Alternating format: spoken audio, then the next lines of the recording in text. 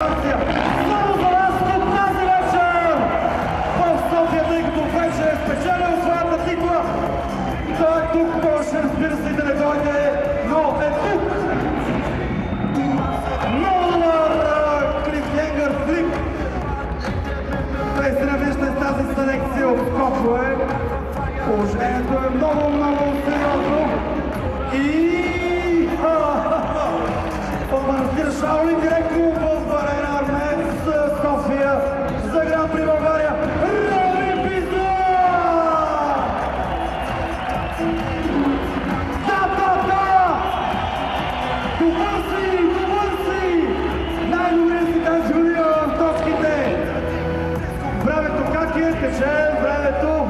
Последна секунда. Много бързо направи той своите 7 скока. Видяхте, имаше време за още един. Сега обаче е дало скока. Най-важният му скок. Аплодисменти за Рами Пиза!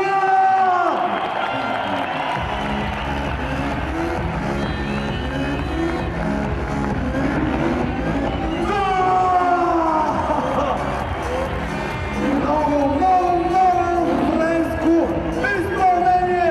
Не ви хареса? Ако ви е харесало, го аплодирайте!